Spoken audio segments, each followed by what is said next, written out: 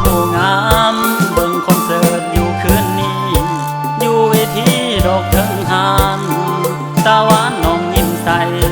หัวใจแทบละลายจนสิตายย้อนน้ำนอง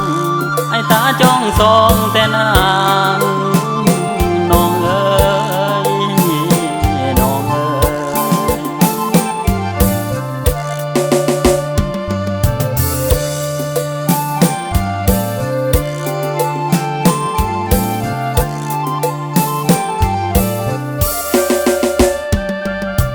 โอ้ยน้องนางเอ๋ยนางเอ๋ยคนผู้งามดอกคือเจ้าเสียวไผเด้เป็นผู้สอน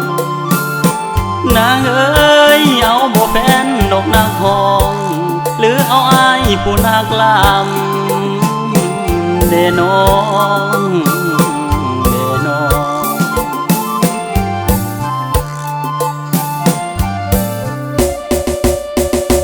ลานา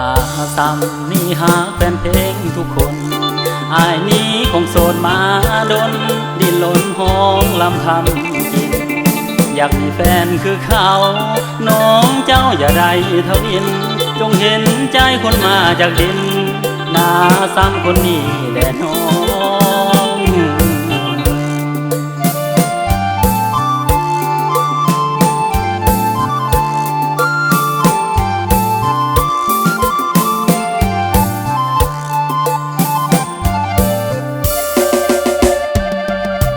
โอ้ยน้องแฟนเอ๋ย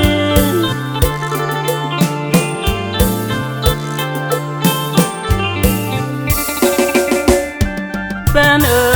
ยพอแต่มาถึงนี้ลำผู้ไทยสิได้หวยมอบความรวยให้พี่น้องให้รวยแบ่งนับแต่เงินให้รวยแบ่งนับแต่เงินท่านเอ๋ย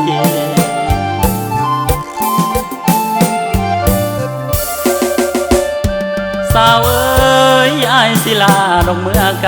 ำทินนาซ้ำบ่ลาอยู่อ้ายโคลามอมสู้บ่ได้น้องสิเต้ามือบ่ได้น้องสิเต้ามือ